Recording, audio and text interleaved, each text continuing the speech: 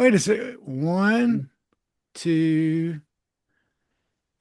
Clint, there's somebody else in the house. Travis, I'm going to tell you something. I was reminded of something when we were doing our fodder before the podcast. We're getting to know each other, getting reacquainted. You know, on Saturday Night Live, they have a thing. It's called the Five Timers Lounge. Oh, It's reserved for, guys that have hosted the show several times, 5 times. Guys like Tom Hanks, yeah, like Ryan Gosling. yeah, Travis, you can probably name a few as well. Five yeah. times. Steve Martin, Martin Shore, Oh, yeah, those guys. Yeah, guys. I mean, and you know what? Who better to list beside those icons than Mr. Bart Reid? yeah. Tom Hanks, Bart Reid, Bart Hey, Reid, Tom Hanks, Ryan not an Gosling. Oscar I award like that. winner. right, Yeah, Gosling. That's right. that's right. That's Yeah, right. it's a In pleasure to be fact, back. little known fact, Bart was up for the role of Ken in the Barbie Oh movie, yeah. but but he lost. Just Yeah, yeah, it's the Gosling, dark hair. Yeah, Gosling. Yeah, the dark hair just didn't do yeah, it. There you go. yeah. Well, Well, man, it's thanks great for to having have me. our boy Bart Reid on here because we need a basketball expert because basketball is the talk of the town and talk of the It's the state right now, right? talk of the town, talk of the state. Listen, Yeah. we forgot to mention. Congrats to all the state champion winners basketball coming off this Oh yeah. weekend, Thursday, Friday, Saturday in Hot Springs, and Yep. then SEC tournament, then March Madness. That's the Yep. best time of the year, I think. Lots of good stuff to talk about. So hey, while you're thinking about how good this weekend Right. was, If and you all like, the if you were sports, hanging out in the Five Timers Lounge, like if Tom Hanks was sitting in the yeah, Five Timers Lounge watching this, you know what he should do? he should get on his phone Get on his phone, give or us his a like, computer, his iPad, whatever. yeah, iPad, Yeah. Like and subscribe. like and Like, subscribe. There you go, Bart. subscribe, Bart gets it. Bart and then gets it. share it on all the socials. All the That's social, right. and then you know what else? Listen to a little bit of Sean Michelle. Because look, I guarantee you, if Tom Hanks or Ryan Gosling watched this podcast, they would immediately say, "That's my favorite Razorback podcast." That's Boom, boom, no boom. doubt. Boom. Fact. How about Fact. some Sean Michelle?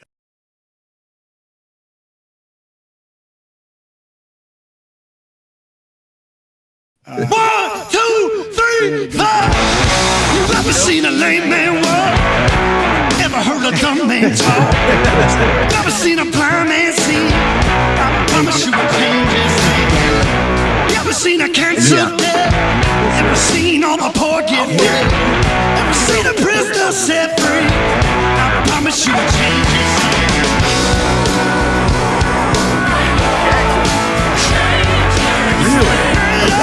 Change is I always made. figured they would. My Lord, change is That's impressive. Ever seen a broken He's got heart a lot made of time. whole? Ever seen an orphan find a home? Ever seen the weak find the strength? What's up, everybody? It's time. It's time for the Hawg Slop podcast. I'm your boy, bigger T. Joined as always by my best friend Clint Clark. Clint, how you doing? Man, I'm fantastic. I mean, Bart, we're gonna have to rename the podcast again because it's not Big C, Bigger T. It's just Big C and T. I mean, my man is looking I'm slender telling you, there. I He's can't looking, believe it. he's Congrats. looking slender. Slender. I've got a trip to Arkansas to get on some meth planned, so I can catch up with him. But because trust me, I know some places. Yeah. I mean, don't act like we all don't. You got some. Hey, we both have some family members that could probably. There you go. Yeah. We're not hurting for a hookup in that That's right. department. Yeah. But no, Good. Our lips Travis are looking amazing. I had to bring it up Oh, again. thank you. Yeah. I know he's lost like almost. Have you lost half yourself yet, Travis? I'm 4 pounds away from losing 4 half my. pounds Gosh. from literally being a Stone Temple Pilot song. That's right. Yeah. I mean, And believe 4 me, pounds there's going to be a being picture sang about of by that. Scott Weiland. When I get to 310, there's going to be a picture of that in that song with half the man I used to be. It's going to be playing in the background. Well, Travis, folks, we do what have size- a man, Go ahead. Bart Reid, the basketball guru, You know him, you love him. You've heard him on Drive Time, keeping Randy and Rick in line on their basketball knowledge because we know they don't know nothing. It's a full-time job. That's right. And those poor guys just don't have any experience. So, That's right. But Bart, it's good to have you, man. It's great to have you Thanks, my back on friend. tonight. And it's Yeah. man, there's Happy a to lot be of here. good stuff to talk about. But first, before we get into the details of the basketball, the SEC tournament and this basketball team and what we foresee as the NCAA tournament gets going, this was a good weekend for Razorback sport and just sports in general. In the Yeah. opening, Bart talked about the high school. Last week we talked about the Barton England thing a little bit, and then Barton without 5 players, and from what I heard, a couple of which were starters. Yeah. They go and whip Whip. Mount Vernon and Nola. And didn't Mount Vernon and Nola like beat them earlier in the year or something, or like play them well or something earlier in the year? I'd have to look. I'd have to look back, but there'd be no doubt because I think Mount Vernon they had won 34 games. They were solid. Barton could have beat anyone that night. They were motivated to play. That'd be an understatement. Probably. Yeah. No, I saw this. I saw the score because I'm not living in Arkansas anymore. I don't get to keep up with it like I used to, especially unless I see it on Facebook. And I saw it was like 80 something to 40 something. It was like took you out behind the woodshed. Yeah. You feel for Mount Vernon and Nola, but you kind of got to feel good for the Barton players. Yeah. Absolutely. That was a bad deal, guys. I'd like to hear I'd like to have been there for the coach's pregame speech. I know, right? I bet it was good. Because think about it, the distraction they had all week of just trying to practice, and he maybe didn't have to say that much, but I thought it was anytime you lose 5 players, I don't care what it is. Yeah. That's a big deal. Because, especially in a town like Barton, them kids can't even go to the gas station. They go to the gas station to buy them a Gatorade. The guy behind the counter is asking them about it. They're running into somebody's Nana from church, asking them about it, and they're just being badgered about it the entire time. So they were probably ready to go out there and punch somebody in the mouth. A bad figure of speech there, but they were ready to go. Yeah. They were ready to go. They were tired of hearing about it, and they were ready to shut everybody up. And they did. They sure did. Well, then up on the hill, the biggest thing that happened was track team does it again. The one team that we can count on. How many of it? Like we're close to 50 championships or something. I think it is in the 50s. Track capital of the world. And they won. From what I heard on the radio today, like the score wasn't even close.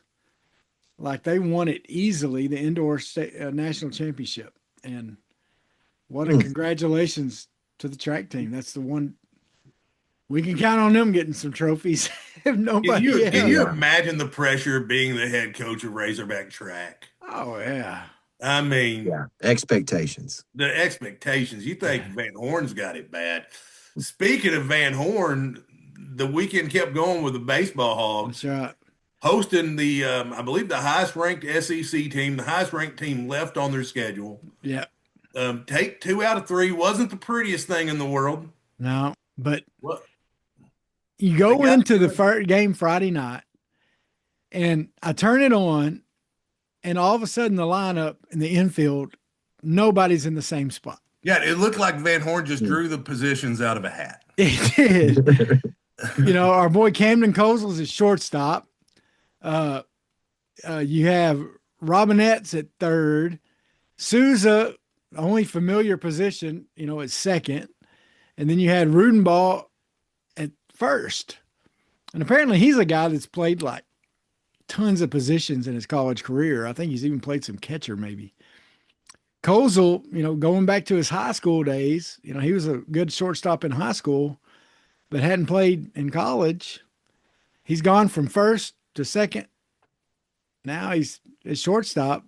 I wonder where he's going to play next. I did, like in church league once, I got stuck playing shortstop. And the entire time I was out there, I'm like, I just don't belong here. I'm a corner guy. Well, I actually made a really good play. But I'm not going to, but it feels like I don't know how I did it because I didn't belong. Gabe. It was self-defense. Yeah, All that came at him. Gabe or longtime listener, OG super fan, borderline stalker. We were playing the Snowball Classic up in Rogers one year, and I was playing second base. And I said something like, "Do I look like a second baseman?" Gabe goes, "No, you look like two of them." I was like, "Yeah, you can't do anything but laugh." That's right. Well, but in that game, you gotta love it, man. Because first of all, I gotta give Kozel some credit. He got a hit in the Friday night game against the shift. I love it when players do that because I hate the fact when they shift on you and a baseball player can't punch it to the other side. It just burns me up. I'm like, man, they're giving you wide open on the other side, and he got his first hit Friday night like that. But you got to love, Pompey had been benched, and then all of a sudden he becomes the hero of the first game, and then ended up playing well ended up back at third. Robinette was able to go back to first in the double headers on Saturday. But anyway, congratulations to the baseball team. But then there was this other thing going on in Nashville, Bart. Yeah. The Razorbacks went down, and, last week we talked about on here, and my approach that I thought that they should have taken to the tournament was you never play a game you don't try to win. Yeah. You try to win every game. However, I was thinking, man, don't play anybody more than 30 minutes. Whatever you got to do, try to keep it around 30, 32 minutes a person. Let them go all out while they're in there. Get them to go all out while you're in there. But at least we don't need any of these 40-minute, deals. Right? Yeah. Yeah. And it was almost like that's sort of what, Acuff said a little more in that first game against Oklahoma than what we're used to. Yep. Did you kind of get that? I haven't looked at the stats, but it seemed like he was on the bench a little more. Wagner got a little more. Well, Wagner was also balling. That was part of the reason why the Acuff got a little extended sit. Yeah. Too. So, but I mean, why am I talking? We got the expert right down there. Well, no, but do you think they were trying to, I won't say lose the game, but you think it was a deal where let's let happen what happens, kind of like when the Dream Team got beat by the college guys, they left Jordan on the bench? I don't know, because I kind of felt like Coach Cal has been torn between rest and winning, and his hunch is probably correct because they won. Yeah. You go through a pretty impressive 3-game stretch. Yeah. And I don't think they got rewarded for it at all. No. In fact, and we'll talk more about that. Yeah. Let's talk about the turn. And my thing is, I sent Travis a message on Marco Polo, and I was like, everybody's gonna be like, we haven't beat anybody. And then I thought about it. Like, what did Oklahoma have to do to make the tournament? They had to win. They had to beat us. Yep. Basically, you had Oklahoma basically saying, "All right, your back's against the wall. You want this. You want to get in the you want to get in the dance. You got to knock this guy out." And then Arkansas was able to hold him off. And then in the second game, you had Ole Miss, who was literally in the same boat. They are fighting for their life. Yeah. And they came out fighting and swinging against Alabama and beat Alabama. Yeah. Yep. And then so now you had Ole Miss fighting for their lives again.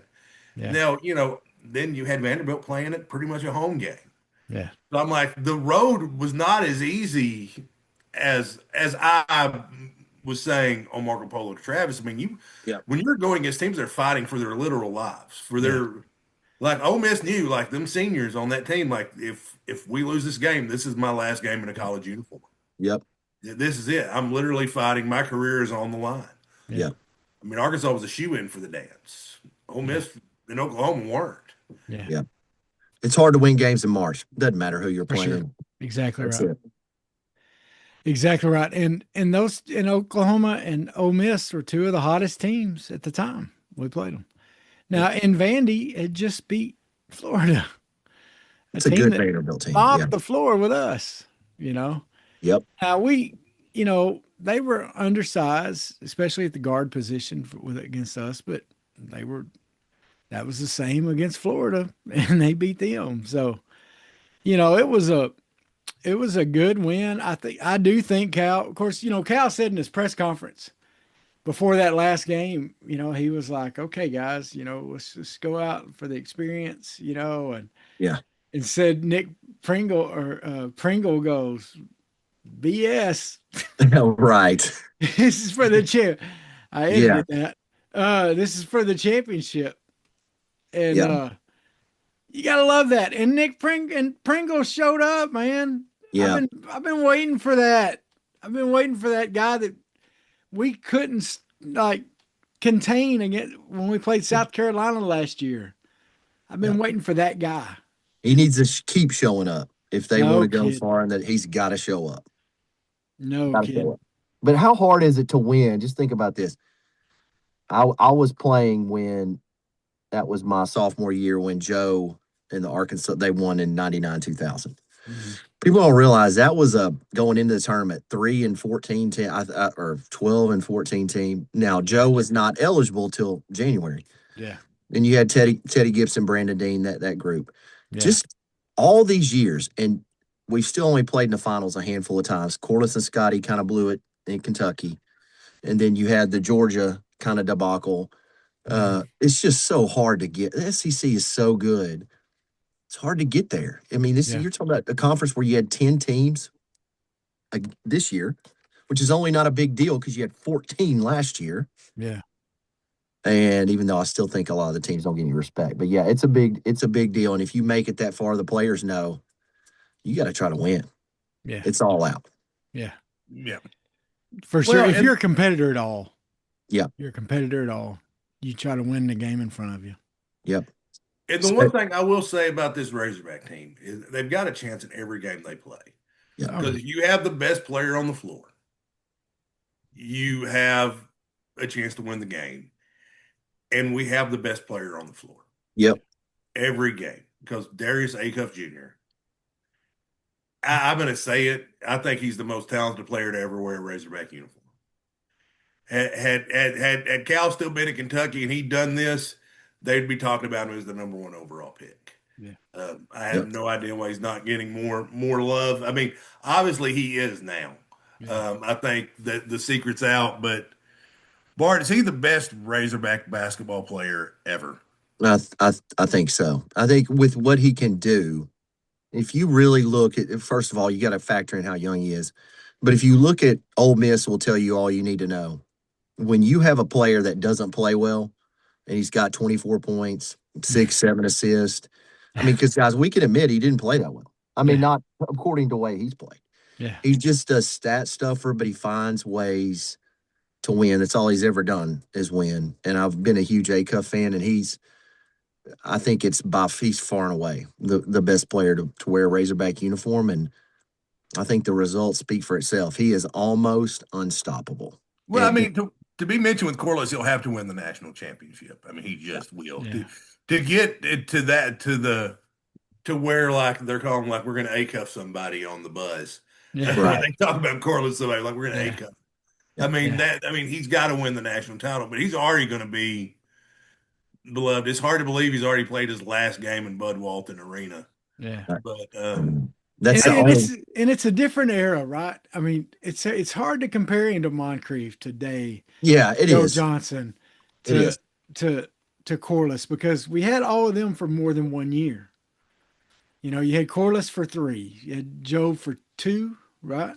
Yep. You know, you have or 3. You had Joe for 2.5. 2.5. He left 2.5. Yeah, that's right. Yep. Because he was only, and the argument's over about the freshman year. He's by far the best freshman we've ever seen. I mean, you people can argue that all they want, but sorry, Corliss didn't have a freshman year like this. Yeah. You know, Moncrief didn't have a freshman year like this. Joe Johnson, of course, like you said, only played half a year. Now, is he going to, be able to do in the NBA what Joe Johnson did or what Moncrief did? I think so. I think so, but it remains to be seen. But yeah, we still got to prove that he's a freshman in college. yeah. But I think he's got. Yeah, I mean, it's hard But, to argue that he's the most talented. but let's say this too, guys. Not only is it is a different time, Travis, but Clint, the thing that impresses me the most, it's a different time in the fact that players have never been older with more experience than right now.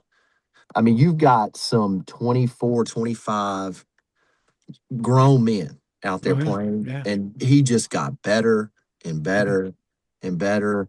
And he does it relatively relaxed with almost no stress on his game whatsoever. And I think it made a big difference. After the Duke game, I thought Arkansas would have to make some offensive adjustments. And to Coach Cal's credit, he put a lot of ball screens in, which is where Darius Acuff is a nightmare to defend.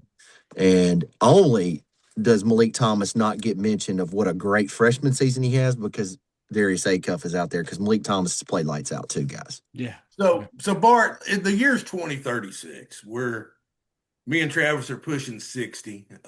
My hair's probably completely gone. Who will we be comparing Darius Acuff to? Who do you think his game is going to translate the most to in the NBA? Because I read a report they compared him to Stephon Marbury. Okay, that's a fair. I'd say that's a fair. He reminds me a lot. He plays a lot like Iverson does. He's just a lot bigger. He's kind of got that explosive first step, and he's got that little slight fade on his jump shot, which I love.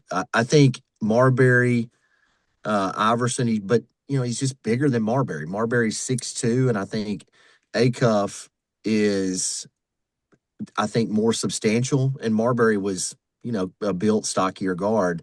But that would be a good example. But I think he shoots it a little bit better than both of them right now. And I think that's the part that has NBA scouts. If he keeps his explosiveness, adds more to the bag, which he will, but with that shot, it's mechanically, it's almost flawless. That out of bounds play where they he hit that fade on a ridiculous. Yeah. Like there's not 10 guys in the league that can do that. Yeah. That'll just show his talent level, I think. Yeah. Yeah, I think I think you're right. I wish he played through contact a little better like Iverson does. Even though he's bigger than Iverson, I think if he ever got to where of course, Iverson was just a freak like that. He was an option quarterback in high school. So he wasn't scared of contact. And, of course, that's probably shortened his career a little bit because he took a beating. But, he was, and he's pretty close to quick as Iverson. Iverson was pretty dang quick though. But yeah, I think it's tough. I think a mix between Marbury and Iverson, maybe. Yeah, that's a good one. Kind of if you somehow blended those two. In a lab. yeah. Well, it's definitely been fun to watch, and it's fun, to see the talk he's getting, especially after the SEC tournament. I mean, the Alabama game was one of the best performances I've ever seen out of a basketball player ever. Yeah. You hate that it came in a losing effort, but you had to come away impressed by him. Yeah. And what you love too is just his attitude. I mean, he's a team player. He plays within the offense. He supports his teammates. Yep. That's where he's different than maybe some of those other guys that we talked about. Great point. Is that he plays within the whole. I mean, he's making his teammates better. Yeah. And some of the alley oops he throws. Yes, he's throwing some. I do want to address one thing non-Razorback related. Well, it's kind of Razorback related that happened to the SEC tournament. Chris Beard was getting some flack for saying, "Ole Miss didn't lose. We just ran out of time." Yeah.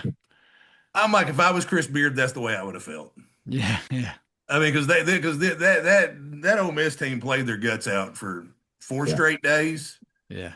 I mean, so give the man some slack. I mean, they were 14-19, and they finally started playing basketball, and they just ran into an Arkansas team that's a buzzsaw.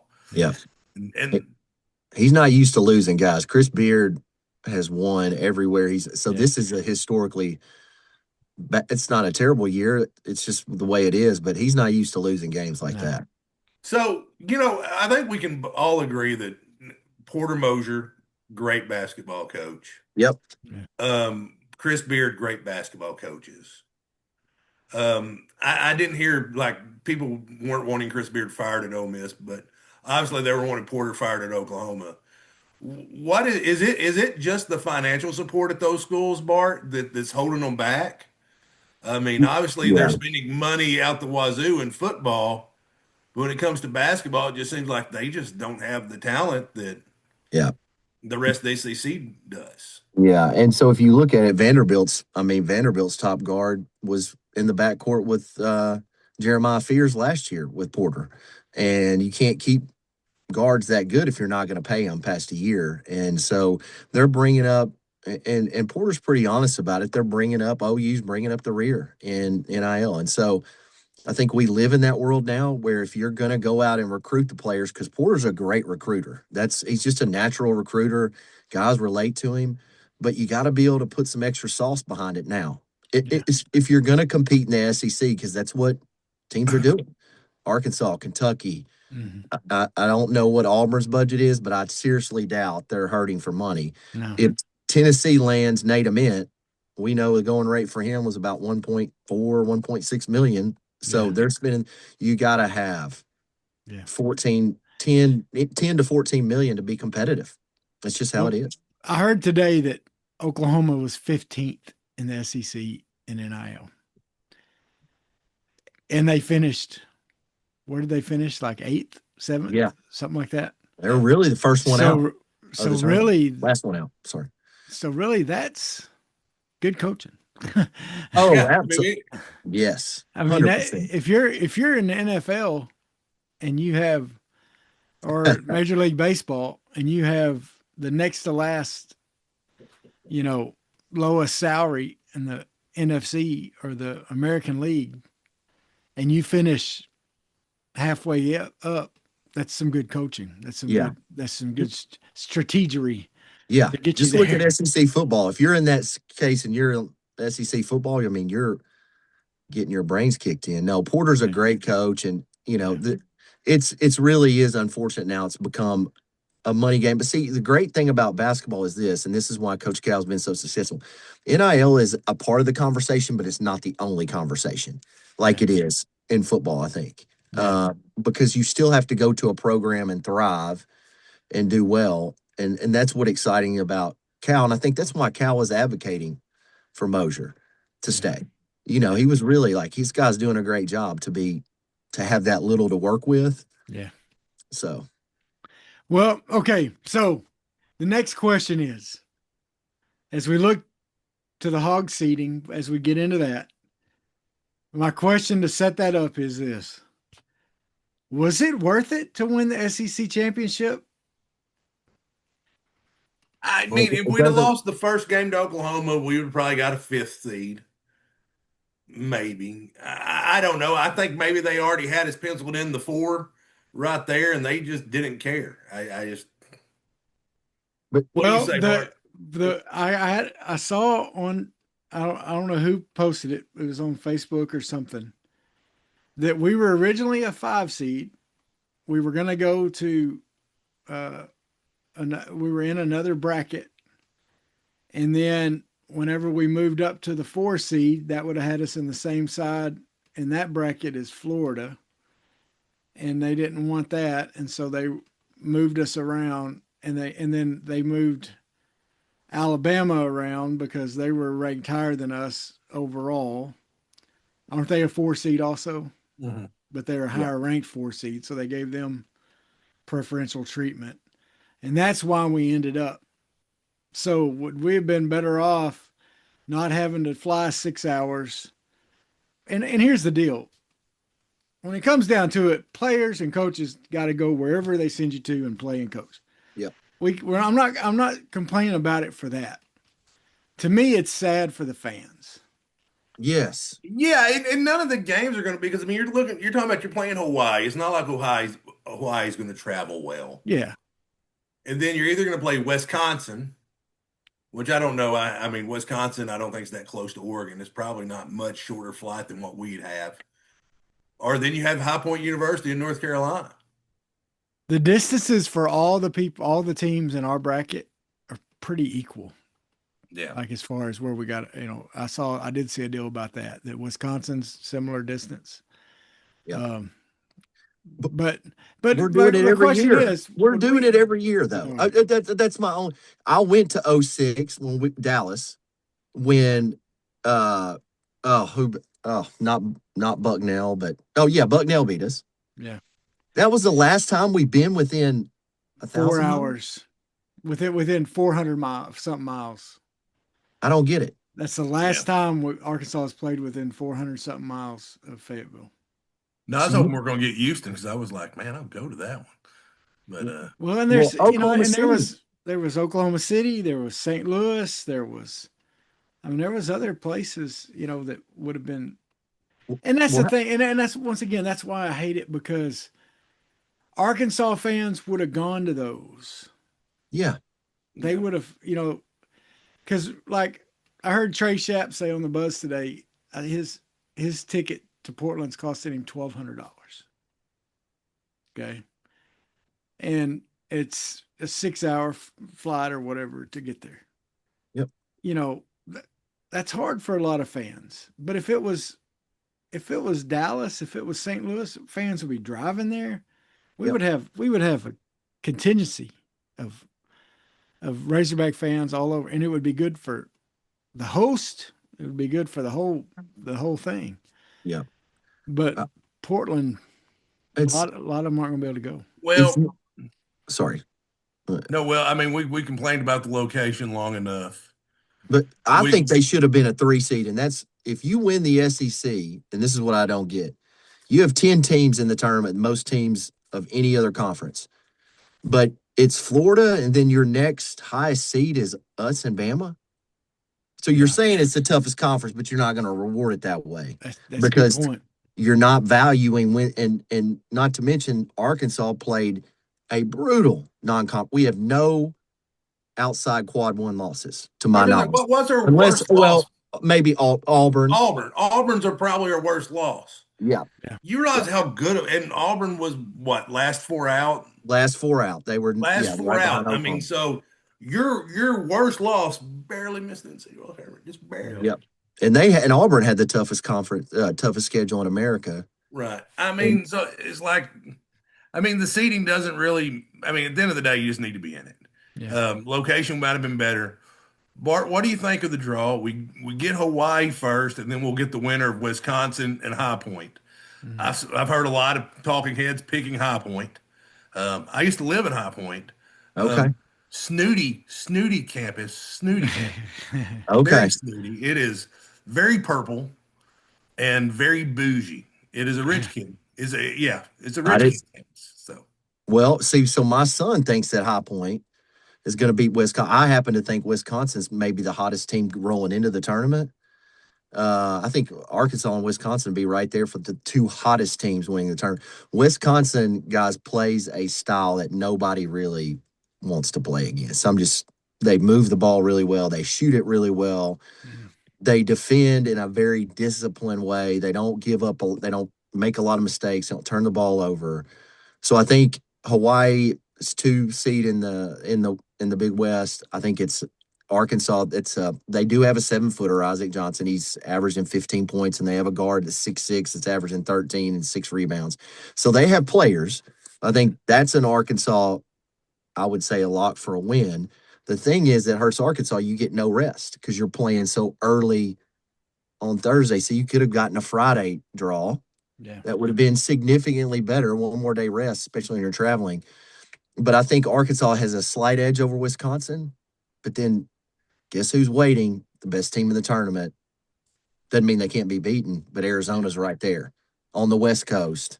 Now, for Arkansas, in Arkansas's favor in that Arizona game, Arizona's known to get upset. Yes. They've got a history of that now. Different players, different times, but they've been known, okay? But they're the team that scares me Yeah. as much as anybody, mainly just because I think it's a tougher matchup. Yeah. Because you're basing it on Florida, right? Because of Yeah. Florida's size and the way they beat, and Arizona's got that. Yeah. And where will we be playing that at? Where's the round of 16 at? No, well, Arizona would still be in Portland. The next 16 would be in California. No, because no. Oh no, it'd be in California then. Because the round of 64 and 32. Oh, that's right. That's right. Yeah. So yeah, we wouldn't play Arizona to California. So that's right. Yeah. It's in their backyard. But listen, Musselman and them went from Maine to San Francisco and beat Gonzaga. It can be done, and it's not. And I'll say this: big, because we know this, because we get infatuated with big guys in the regular season, and I think bigs will win you regular season games, but guards win tournament games. Yeah. And Arizona does not have the caliber guards that we have, so we can outrun them. We can get out in transition and score, which is where Arkansas and Coach Cal have done a great job this year. So bigs don't scare me as much in the tournament, but they are a scary matchup, if that makes sense. But Arkansas can do some things to them to make them uncomfortable too. Yeah. Well, speaking of that 6'6" guard, Travis, don't you have some flowers to give Mr. Reid? Man, we got to give Mr. Reid Give some flowers, Mr. Reid his flowers, my friend. Man, That's the right. Five Timers Club getting flowers. A couple years ago, we had Bart on here, and Arkansas and Cal had just taken his new team at that time, to Pine Bluff for I believe he'd done Hot Springs and Pine Bluff that year, right? Yep. So you kind of show them off in a scrimmage game, little red-white game or whatever. And Bart came on here right after that. And, Clint and I follow the recruiting a little bit, and, the new players and stuff like that. And so, we're thinking, we're focused on Boogie Flan and, Carter Knox and Boogie, what's Brazil going to do? And then, and who else? Anyway, and you brought up, you said, watch out for Billy Richmond. This guy can guard anybody on the court, and he's got a motor that you're going to love to watch. And Bart, you couldn't be more right. That guy has turned out exactly how you described he was going to be. He's a player. He's not, he's not the greatest shooter, but man, he can do it when he needs to. He gets to the rim. He plays defense. Well, he made all SEC defensive team, right? I mean, Yep. He can defend big guys. I mean, you see him down there, he holds his own with some big dudes. Yep. And so thanks. Hey, you called it. You should stick with this basketball thing. You got you might know. I got a future, right?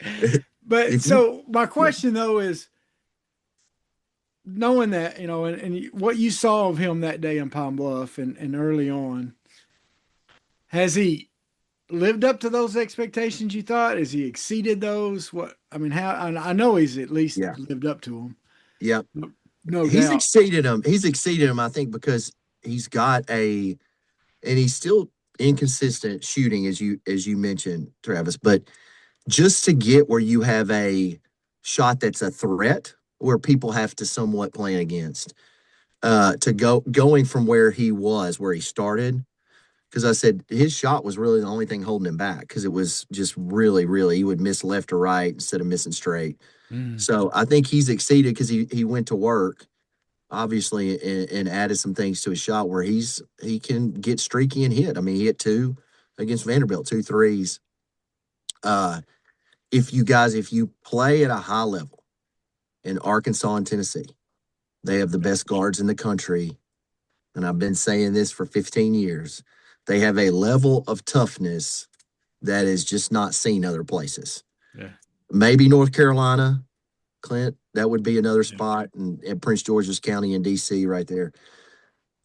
When you look at a guy like Billy Richmond, like, he's not afraid of anybody, and it goes a long way. Yeah. And when you have a motor and you can defend with that type of length, I mean, the best shot I've seen all year is the one he missed, the transition where he went down and windmilled I was like, wow, because the speed that he got up the court was incredible. Yeah. So he's a phenomenal, and he's a pro. I think the great news, as good as he has to come back, and we'll take him back. Arkansas needs him to come back. I really think, Bart, and I've said this on here, I think he's going to be,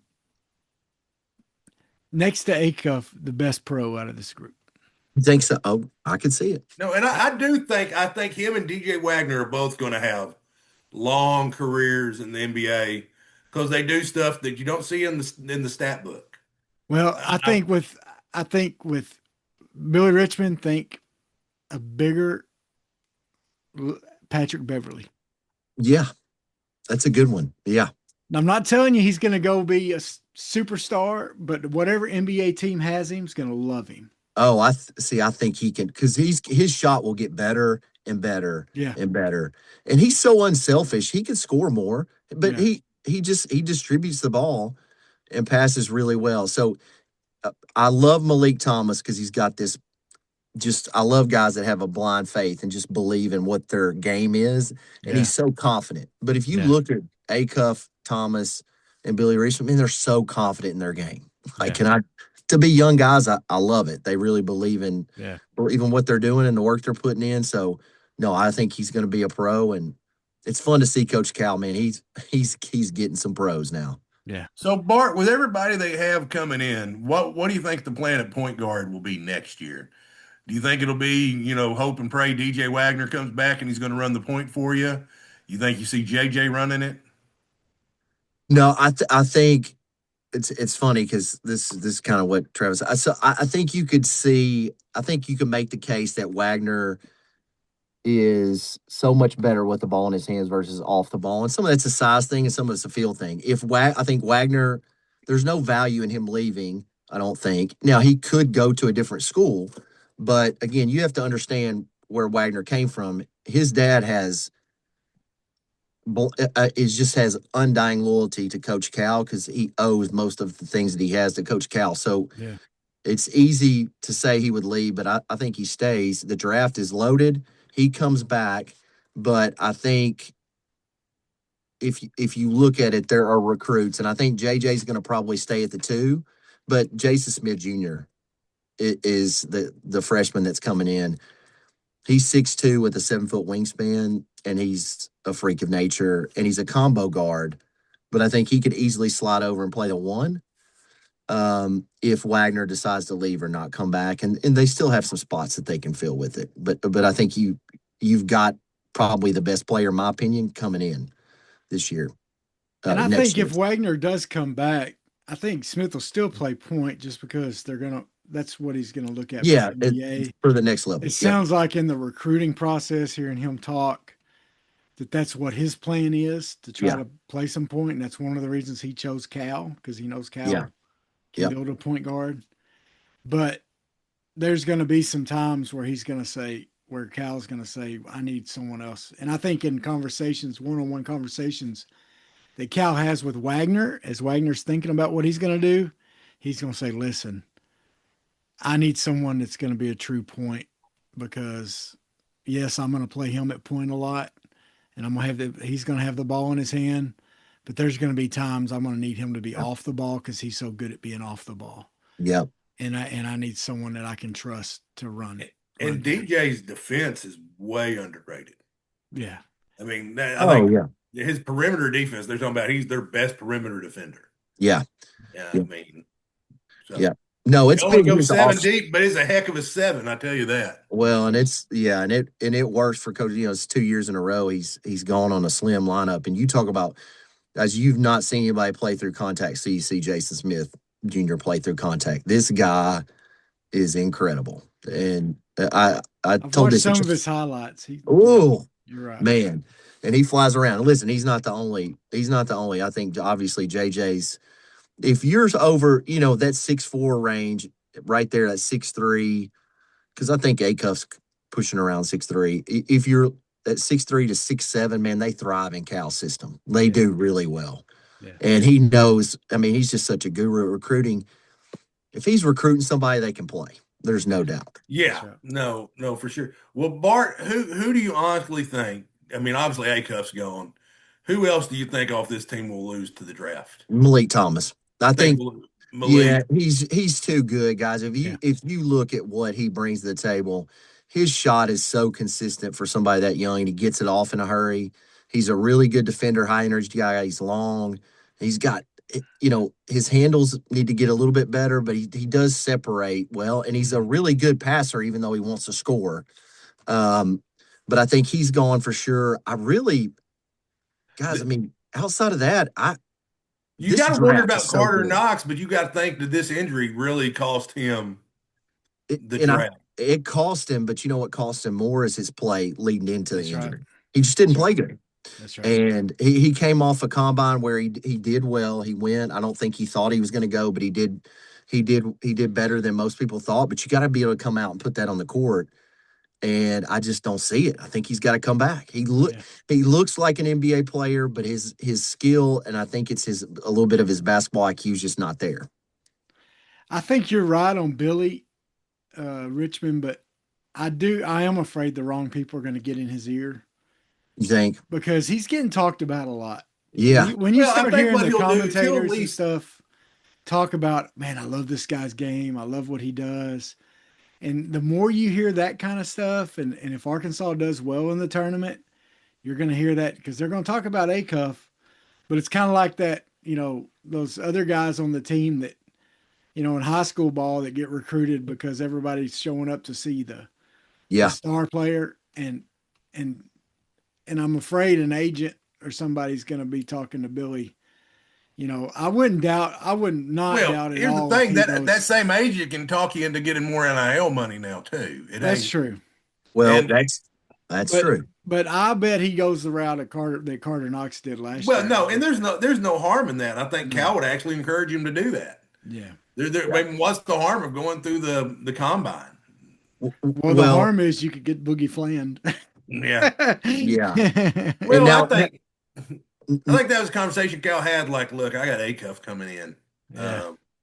Well, but see, this is part of Cal's thing where it's unique. It's more than any other place in America where he's not recruiting over players. He's telling you he wants you to develop and get out and go earn some money because Adu Toure and Bo J.J. Andrews are very similar in size and kind of game as Billy Richmond. Now, I'm not saying that one doesn't shoot better or that. I'm just saying you have physical similar positions. Yeah, 6'5" to 6'7" type of length. And so then it gets to be, well, how many guys do you have kind of fitting that spot going after what we're seeing is Coach Cal's been playing 7 to 8 players for 2 years. Yeah. So that plays a little factor into it. Although I think Billy's good enough where he can play a 4. He can play anywhere, really, honestly. And that's where versatility comes in. That's what Coach Cal's so good at. Yeah. Well, you got to think they're going to end up going after the bigs in the portal again. Yeah. Because, think that's where you're losing. And there's no high school kids coming in that you'd classify as bigs. Right. But I think Malik Ewing comes back, and I think that's a big comeback because I thought he's done. No, he's got a year left. He's got a year left. Okay. And listen, he's a guy where if he gets a little bit stronger, like I really like his game. He passes well. Yeah. He goes through stretches where sometimes he doesn't bump and get into contact and finish, but he gets a lot of rebounds on the offensive end, and it's hard to find guys that instinctively have that skill. If he comes back, it's a big deal. Yeah. And he's got surprising explosiveness. Yes. I mean, if you just look at him, you wouldn't think, you would think he would be a below the rim type. If you just look at his body type, I don't know, it's probably judgmental or whatever, but you just look at his body type, you think this is a guy just a below the rim type, not that he wouldn't ever get any dunks, but man, he gets up quick. And that's why he gets those offensive rebounds. Quick off the floor. Yep. Now, Bart, what does this team do in the tournament? Well, how important is Brazile? He's it. Of all, it's a great point that you bring up because it's not sometimes a team goes as not the most talented guy, but maybe the guy that brings the most, I guess, upside. Trayvon Brazile, when he shoots the ball well and he hits 2 or more threes a game or scores above 15 points, Arkansas is hard to beat. And I know you play anybody, anywhere, anytime, especially talking about guards win tournaments, but it's going to be how far Arkansas goes is going to be how far Trayvon Brazile takes them in close coordination with Acuff, but he's got to play and be big. Like he has to play the entire time and be motivated. Yeah. He doesn't have to hit shots all the time, but he's got to be active because he's such a force, guys. And the thing is, there's times when he's not that. Do you think that's just a confidence thing? You think it's just a mental thing where he just it's a mental thing. It's a big guy thing. And you see this a lot with big guys, right? They float in and out of motivation. You know, that was the thing with Khalil Ware is that, you know, at the McDonald's All-American, people, I got calls from NBA. Like, if the guy would play the entire time, and now he is, but he's in the league, yeah, he could make millions. And Trayvon Brazil's the same way. Like, why can't you just – it's just that mentality that they have. And I think for him, he loves the three-point shot, and that gets him going. But if he's not hitting it – yeah. But he's done better this year, don't you think, guys? No, and he's driven some nails in some coffins too. Yeah. Honestly, if you got a last shot right now, if you had a 3-pointer you had like you wanted sunk, yeah, I'd probably want him taking it. I'd probably want Acuff dishing it to him is what I would want. Yeah. Well, but here's the other thing. To me, Brazile, Bart, overall has, I'm not going to say he's more talented than Acuff, but maybe the most talented guy on this team. Oh, he's, yes. 6'10", 6'11", can get off the floor quick, explosive, has a good shot. Why in the world does he play such technically horrible defense down low? Now he's a good help defender. He's good, but it's almost like he would rather let a guy get by him and try to swat it from behind him than he would stay in between them and the basket or get in good position on them. Am I reading that wrong? No, it's true. And I think this is where it's like use it or lose it. When he was at Mizzou, he played out of position and played a true 5 and just played in the block and didn't have to go outside. And I think his ball screen defense is suspect at times. Like it is bad fundamental. You would think that's one complaint I have. They should be able to fix that. I mean, that's what and that might keep him. That's what's going to keep him from being. Listen, this guy's got lottery pick type of athleticism and talent. I'm not even gonna. I agree. His defense and his up and down sporadic play is really what's going to keep him from being in the conversation for a top 12 pick, top 13 pick. I agree. That's it. Yeah. And the thing is too, he would be so great at fronting a defender. Yeah. But instead he goes and gets terrible leverage behind him. And then they get a move on him and it's like, okay, way to go. And then he'll try to jump from behind them and swat it. He wants to block shots, and I don't understand.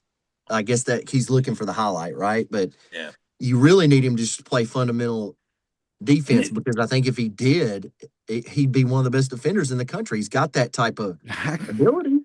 Yeah. Oh, and if he played in the proper position with the proper technique, he's going to block some shots. Yep.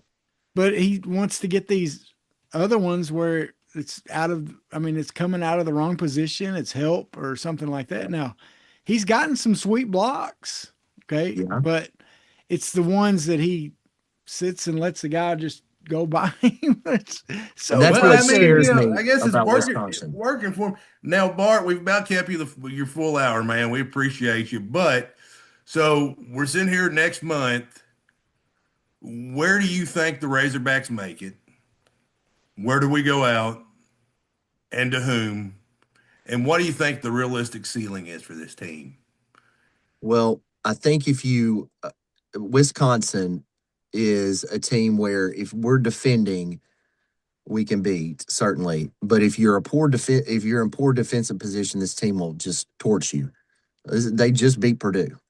I think I think you get to the Sweet 16, you match up with Arizona. I think Arizona has an advantage, but I have to say I give Arizona the edge in a Sweet 16. So I think this could be a Sweet 16 based on the draw. So, but again, I think it's a great season, and I would give them a slim chance of beating Arizona, maybe 20%, 30%. But I think they certainly get to the Sweet 16. One last question, and then I'll shut up and Yes, let Travis bring us home.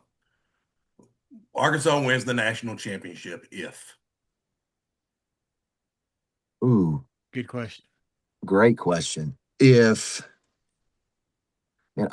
if you can get Acuff at 26 points for the tournament, and you can keep Trayvon Brazile at 20 points a game, I think you could find yourself winning the national championship, with the caveat Pringle has to score at least 3 buckets a game and get 5 rebounds with 2 blocks.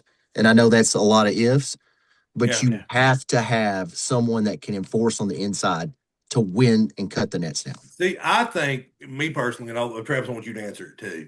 We win the national championship. Arkansas wins the national championship if Brazile gets hot and stays hot. Honestly, I think if Acuff is Acuff and Brazile gets hot and stays hot, I think we can definitely cut down the nets. What do you say, Trav? I think Acuff, Malik Thomas, and Billy Goat are going to do their thing. I agree 110%. I think Wagner's going to do his thing. I think you're right on the head. If Brazile, because here's the other thing. When Brazile plays well, it seems like Ewing and Pringle also play well. That they get motivated when he's motivated. I don't think it necessarily has to be 20 points, Bart. I think he just has to be zoned in and play some, get 12 to 15, but hit some big shots, and I'm saying average. Big shot. Yeah, big shot. I'm saying average, yeah. Okay? Yeah. Get up to 18 and 20 in a game or something like that. Yeah. But, and play some defense. Get fired up and play some defense, because like I said, our guards are going to do the guard. They're going to be. Oh, I'm not. Yeah, like you said, the guys you mentioned, those 4, I'm not even worried about them. Yeah, it comes down to the front court. And I lied to you, Bart. I've got one more question. Yes, sir. You're going to say the same thing me and Travis say, and then I will shut up. Let Travis bring us home. I promise this time. I mean it. So Game 7 of the NBA Finals. One last shot. You've got anybody. You can pick anybody to take the last shot. Me and Travis both came up with an off the wall answer. We want to see what you say. Ooh, is that they're currently playing, or is nope, that any all time? Well, besides Jordan. Besides Jordan, you can't say Jordan. That's cheating. Yeah. Well, Steph. Okay, no, that's not a bad one. Yeah. We both said Big Shot Bob. Oh, Robert Horry. Okay, well, it's hard to argue that. It's Big Shot Bob. I mean, but no, like the shot that Steph hit in the Olympics is one of the greatest shots I've ever seen. Yeah. And what I love about Steph is his form never changes, the same every time, no matter where he is. Have you read his book, Bart? No. It just came out not too long ago. Is it good? Yeah, it's real good. There are pictures in it? I need to read it. I don't know. I don't think there's not many pictures. Okay, I'm not watching. Yeah, but he talks about when he was a little kid, he shot from his waist. Yeah. Because he was so little. And his dad made him go out. They had a full court at their house, of course, with his dad being a baller, and made him shoot from 2 foot from the basket until he got his form right, shooting over. Oh, shooting. Okay. Yeah. So not from his waist until he got good at that 2 foot. And that was it. And he said that was so frustrating because his brother was playing on the other end and he could shoot anywhere he wanted to. Yeah. His dad was letting him shoot threes and everything else, all the fun shots. Yeah. And he said, there I am 2 foot from the basket until my form was right. And then he let me move back. But he said, every day I did that. And he said, that's why my shot, he said, look, my shot's not perfect. He said, my toes point weird direct, point off from the rim where, most people teach to point toward the rim. Yeah. He said, but it's the same thing every time I shoot. Yeah. So anyway, it's interesting. So not a bad answer, Bart. We just had a different one. I should have. Big Shot Bob hit some big shots. Now he wasn't going to fill it up like some of those other guys. Yeah, but he played pretty well though. You talk about a guy that knew where to sign a free agent contract. That's right. It's Big Shot Bob. That's right. Yeah, he's got the most rings of any non-Celtic. If you're going to guess someone that's going to have the most rings of a non-Celtic, gosh, Robert Horry would not be on the top. How many does he have? I think 8. Is it 7 or 8? Something like that. Yeah. Because it was San Antonio, Lakers. Who else was it he was playing? Lakers, I believe. Well, the San Antonio, Houston, right? Mm-hmm. And then the Lakers. Yeah, that's right. Houston, that's right, because he started out with Houston. Yeah, he was with Olajuwon when they beat Shaq. He has seven rings. 2 with Houston, 3 with LA, and 2 with San Antonio. Man, oh man. I'll tell you someone else that was a pretty good last second shooter with that San Antonio team was Sean Elliott. Oh, absolutely. Remember that one when he hit with his heels on his toes? His heels were across the line but never touched. Yeah. That was a sweet shot.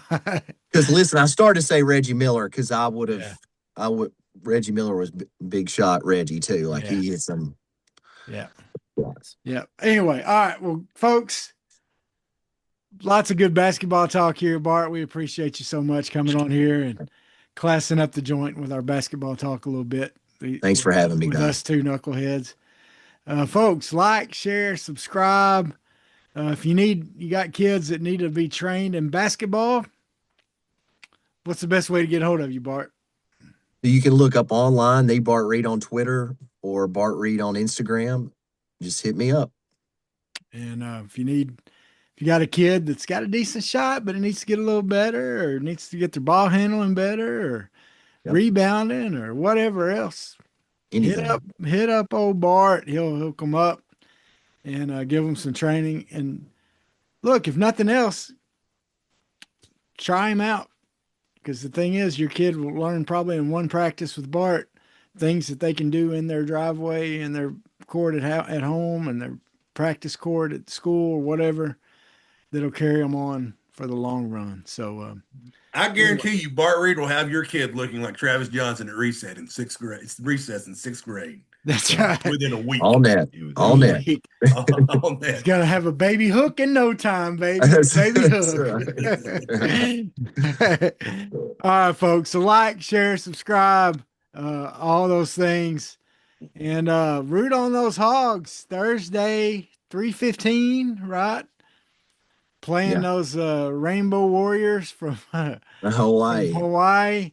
Too bad they're not playing in Hawaii. That'd been kind of cool. Yeah, that'd be nice. Yeah. It'd been a lot better than Portland, probably. I don't know. Yeah. But a little bit longer of a flight. Getting weird to Portland. Yeah.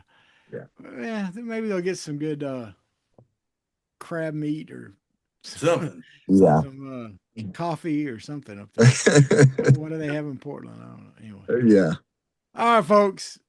Thanks so much for joining us. Bye, everybody. Have a great week. Peace out. Sweat, work, filthy, dirt, harvest, hurt, kingdom come. Sweat, work, filthy, dirt, harvest, hurt, kingdom come. Listen, that's why I sweat when I work. My hands get filthy down in this dirt. Won't see no harvest till I hurt. Crying your kingdom come. Listen, I wake up in the morning, I bow my head to pray. Mama told me if I don't, ain't nothing gonna change. These prayers breaking up hard ground so I can sow the seed. Ain't afraid of no aches and pain. Lord knows I gotta follow his lead. That's why I sweat when I work. My hands get filthy down in this dirt. Won't see no more till I hurt. Crying your kingdom come.